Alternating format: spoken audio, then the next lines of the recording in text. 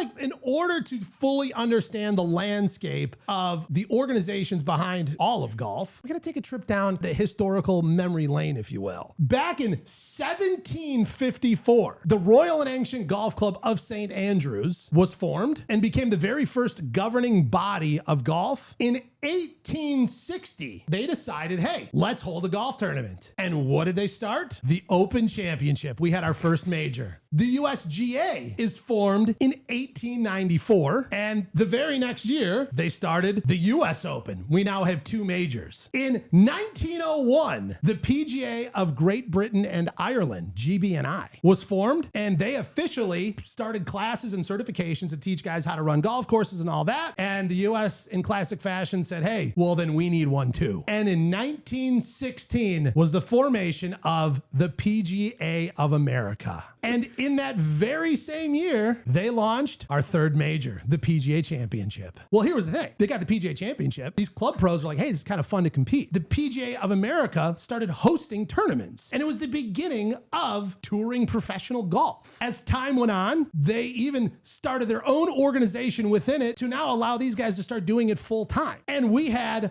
ourselves a tournament players division. Well, along this time, some guy goes, well, wait a second. We got the US PGA of America guys, and you've got the PGA of Great Britain and Ireland. What if we see whose guys are better? Samuel Ryder, in 1927, he was like, hey, we should see who's got better ones. Our guys versus your guys. And so began the very first Ryder Cup. During this time, apparently 3 majors wasn't enough. While professional tours were just taking shape, Georgia amateur named Bobby Jones and financier Clifford Roberts dreamed up something timeless. They built Augusta National in 1933, and the next year hosted the Augusta National Invitational, renamed the Masters in 1933. But here's the interesting part. They said, we don't want this to be affiliated with any governing body. So this is the only major that is completely owned by the golf course, by the organization, and the property itself, with zero affiliation with any of these other national golf organizations. We now have our 4 majors and the Ryder Cup. And here we land in 2025 with Ryder Cups, all these majors, and still to this day, the PGA Tour owns